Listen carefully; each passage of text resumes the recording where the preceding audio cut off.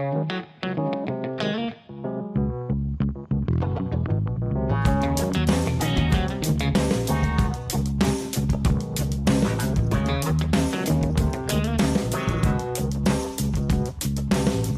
guys, welcome back to TV Spoilers, and today Malvia Jeremiah in the Newman and Winters for lying to find Dominoch.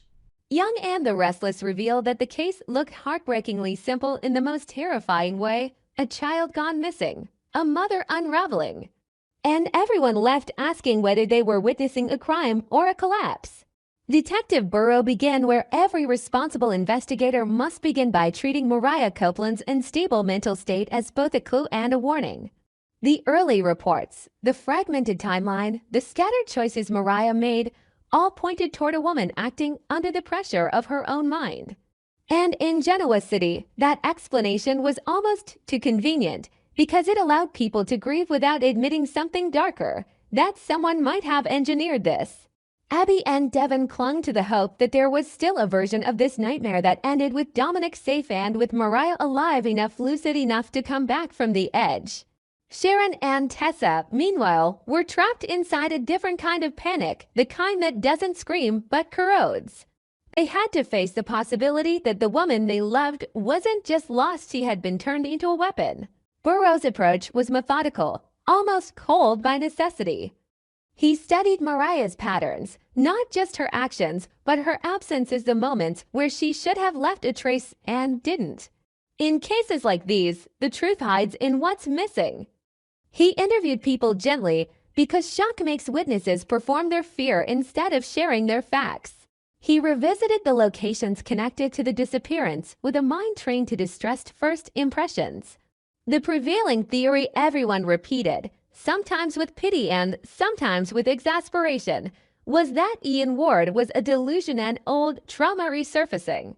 A phantom that Mariah had conjured to justify the unthinkable. It was a theory that spared the town from admitting it could still be haunted by an old monster. It allowed everyone to say, "This is tragedy, not conspiracy." But Burrow had learned long ago that when a story becomes too neat, it often means someone has tittied it. The shift happened because of something small, so small it would have been invisible to anyone who wanted the mental health explanation to be the end of the discussion.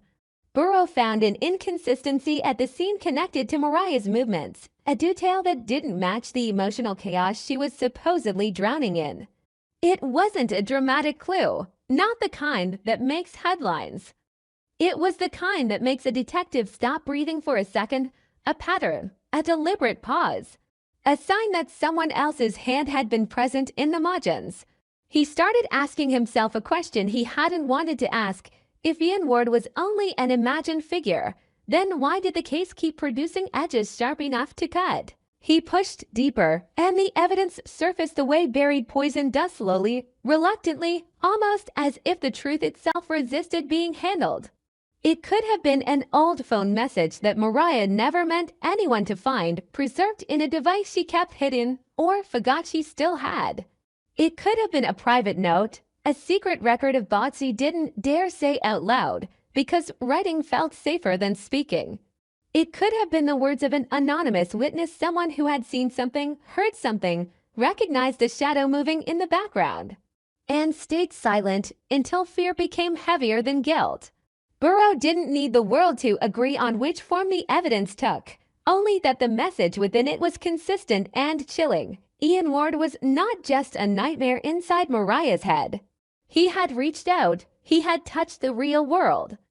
And he had found a way to press his fingers into her fractures until she broke in the direction he wanted. Once Burrow began aligning the fragments, the picture sharpened into something far worse than a mental breakdown. The communications weren't random. They were structured suggestions disguised as reassurance, instructions disguised as comfort, a predator speaking in the intimate language of someone who pretended to care.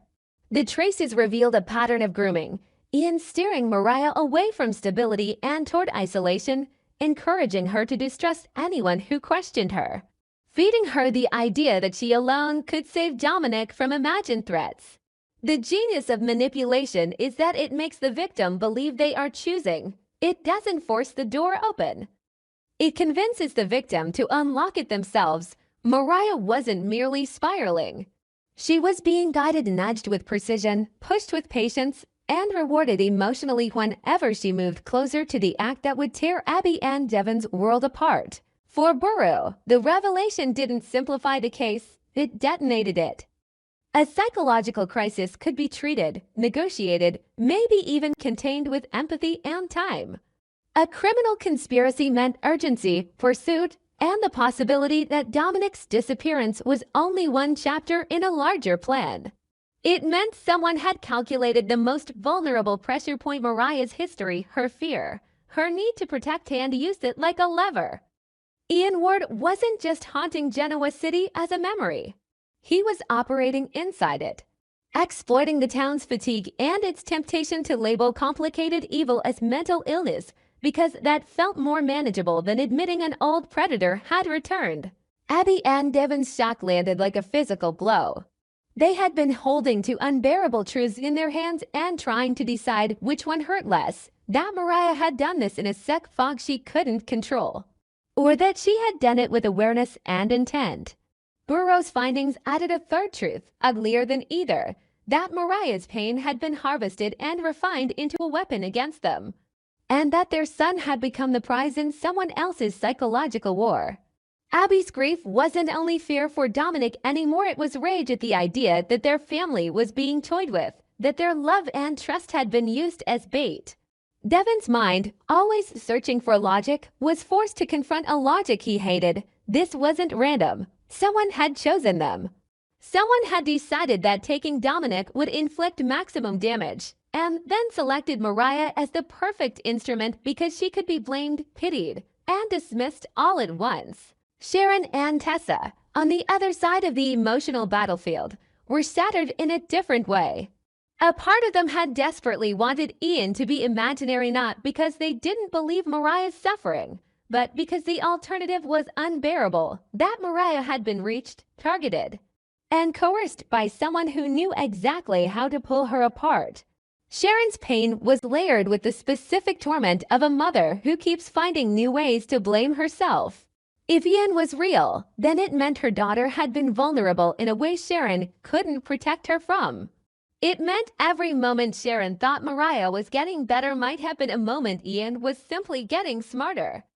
Tessa's fear became something sharper than heartbreak. She didn't just mourn the person Mariah used to be.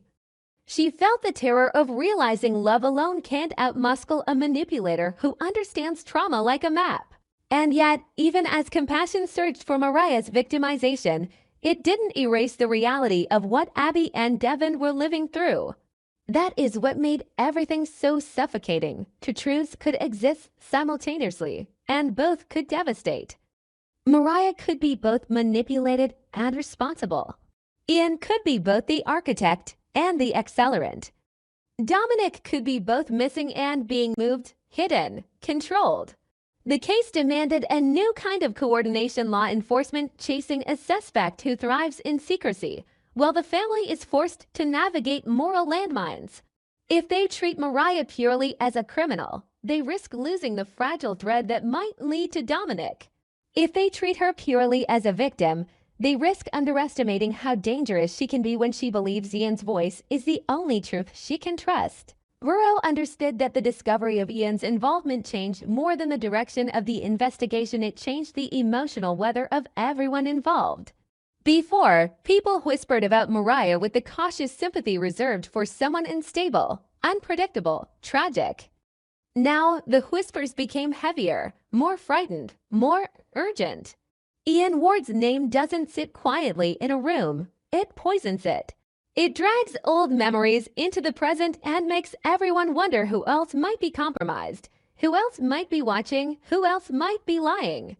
And Burrow couldn't ignore a crucial implication. If Ian was communicating with Mariah, he likely had access to resources, safe spaces, maybe even allies, or at the very least, a system designed to keep him hidden. The simplest path would be to find Dominic through Mariah. The hardest path would be realizing Ian planned for that too. As Burrow prepared to present what he'd found, he didn't do it with triumph. He did it with the grim restraint of someone who knows that answers don't always bring relief. He knew Abby and Devon would feel their world tilt again.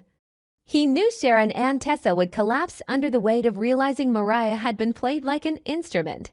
He also knew something else, something that made his stomach tighten as he stared at the evidence late at night.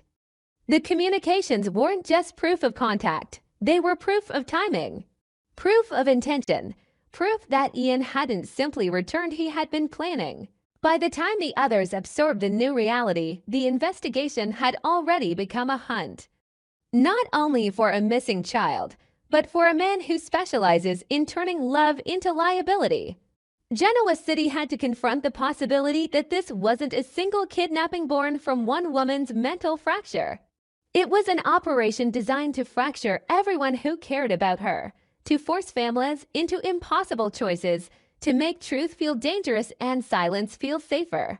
And while Abby and Devon struggled not to drown in fury, while Sharon and Tessa tried to hold themselves together long enough to be useful, Burrow took the evidence back to his board and circled one question that refused to leave him alone: if Ian Ward felt bold enough to contact Mariah again. If he felt confident enough to steer her into taking Dominic, then what did he want next? Because buried inside the newest trace, inside the thread that proved Ian's hand was real, Burrow noticed something that didn't belong there. Something that looked less like persuasion and more like a countdown. A brief instruction, a specific time reference. Not a memory, not a hallucination, but a directive suggesting that Mariah wasn't running aimlessly at all. She was heading somewhere on purpose, and she wasn't planning to stop until she reached the place Ian told her to go.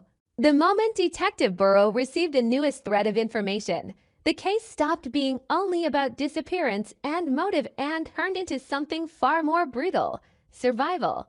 For days, he had been chasing patterns, routes, timelines, fractured accounts, trying to understand where Dominic could be and how Mariah's unstable choices might have shaped the path.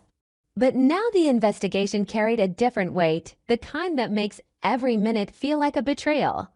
It began with a medical whisper from an anonymous source, someone who knew enough to be terrified and cared enough to take the risk. Dominic, the source indicated, was not simply missing. He needed urgent medical care. Whether it was a medication he couldn't go without, a condition that required steady monitoring, or an illness made worse by stress and poor shelter, the message was clear in its cruelty. Time was no longer a vague enemy. Time was a countdown. Burrow felt the pressure hit him in the chest like a sudden drop in altitude. He had handled high-stakes searches before, yet there is a specific kind of panic that comes with a child's health tipping into danger because the world does not forgive delay. And neither does a detective's conscience. He immediately shifted the investigation into an all-hands sprint, narrowing his focus to any trace that could connect Dominic's needs to Mariah's capacity to provide for them. Until this moment, the public narrative could still drift into debate, mental illness, manipulation, a mother unraveling under invisible influence, a town trying to decide whether to hate or pity.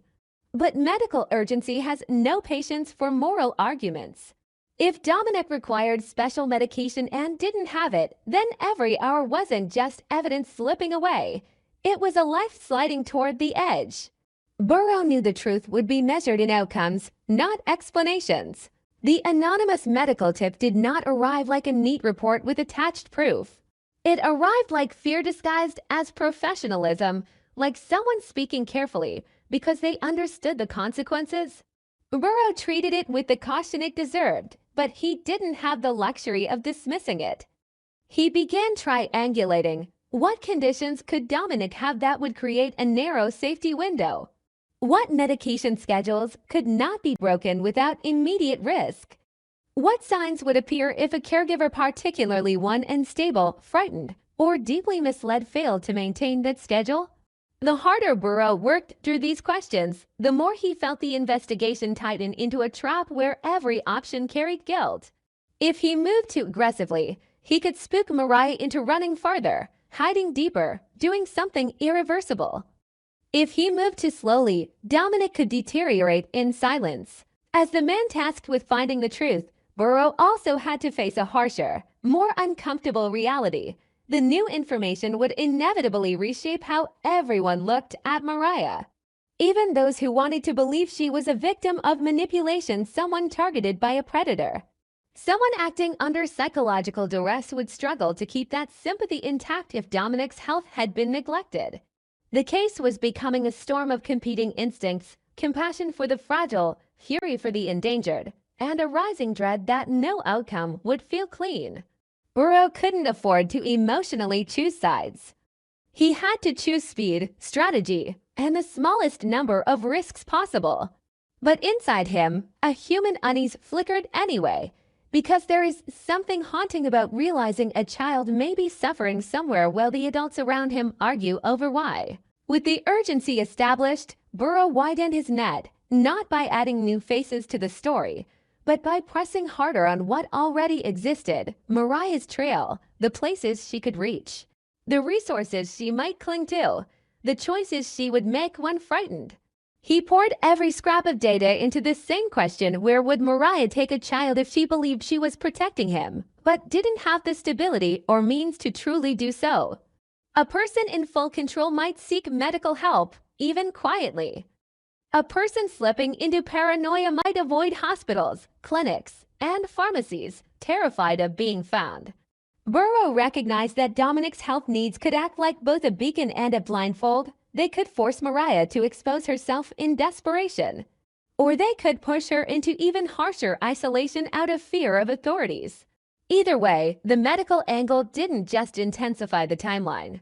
It predicted behavior. Soon after, the investigation produced confirmation evidence that did not soften the reality, but sharpened it. Burrow's team found signs suggesting Dominic's environment was not safe or stable. Hints of harsh living conditions, makeshift shelter, the kind of situation where even a healthy adult would struggle, let alone a child with special medical needs. This discovery did not require theatrics. It didn't need a dramatic statement to become devastating. It simply landed as a fact that made everyone's worst fears feel suddenly plausible. Burrow looked at what they uncovered and felt the case turn colder. It wasn't just that Dominic might be frightened or hungry. It was that he might be physically weakening, his small body losing ground while the search grid expanded and the clock kept ticking. And then the emotional fallout hit the people who had the most to lose. Abby and Devon's fear transformed into something raw and jagged, because fear for a missing child is already unbearable, but fear for a sick child is torture. It makes every quiet moment feel suspect. It makes every delay feel like a personal failure.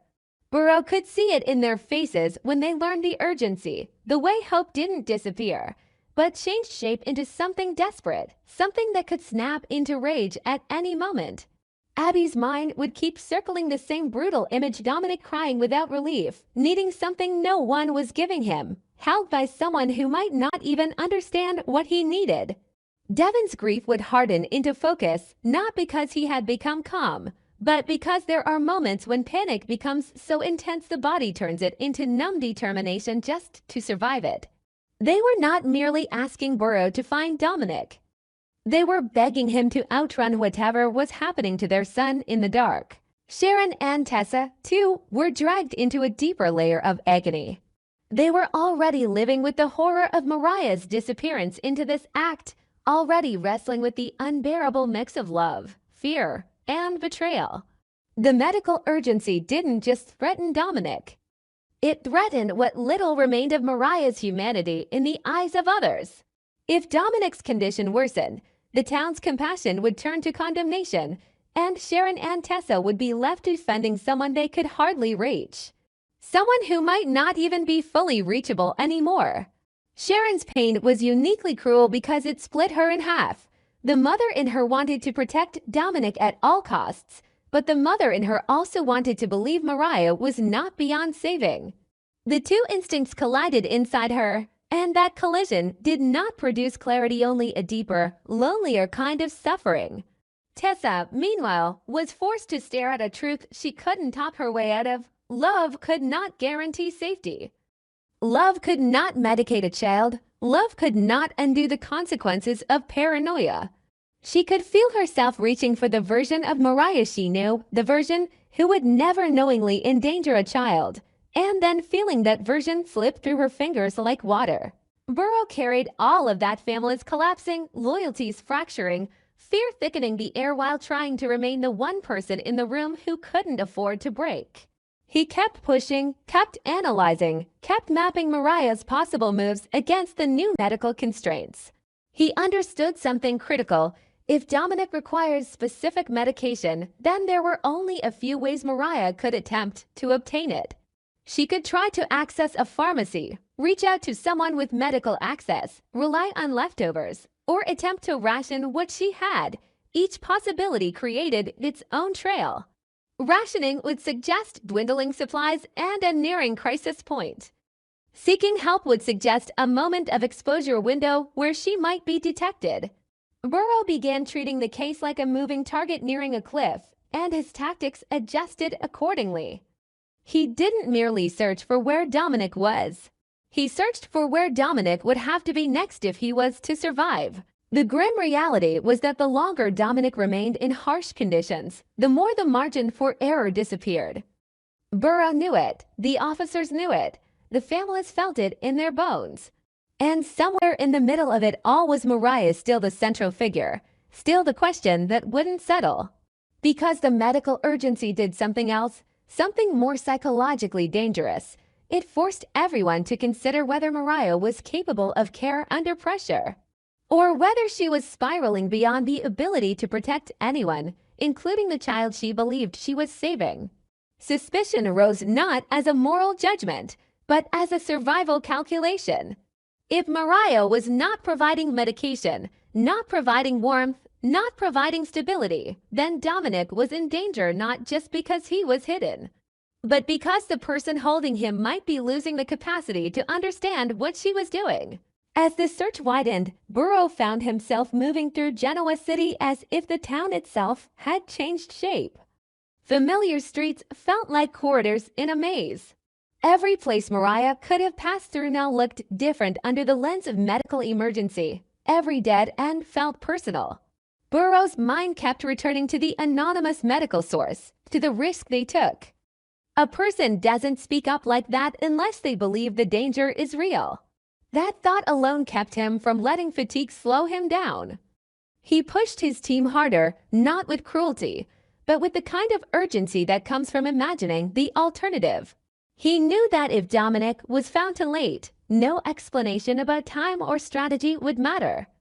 The case would become a scar that never heals. By the time law enforcement confirmed the harsh living conditions and the urgency of Dominic's needs, the investigation felt less like a procedural operation and more like a race against an invisible hand tightening around a child's life. Burrow's decisions became narrower and sharper. Every tactic had to balance speed with the risk of escalation. He couldn't allow Mariah to feel cornered too quickly, because cornered people make catastrophic choices. Yet he couldn't allow her comfort in hiding either, because hiding was killing time and time was killing Dominic. The tension was unbearable precisely because it offered no perfect move, only moves that were less bad than others. And this is where my own reaction, as someone watching the emotional truth of this story unfold, becomes impossible to ignore. There is a particular kind of dread that settles in when a child's health becomes the ticking clock of a crime. It forces you to confront how fragile safety really is, how quickly love can become dangerous when fear takes control, how easy it is for an entire community to shift from sympathy to blame when the stakes become life and death. It also forces a quieter question into the heart. What does it mean to rescue someone if the rescue comes too late to restore what was stolen? Even if Dominic is found alive, the trauma will not simply vanish.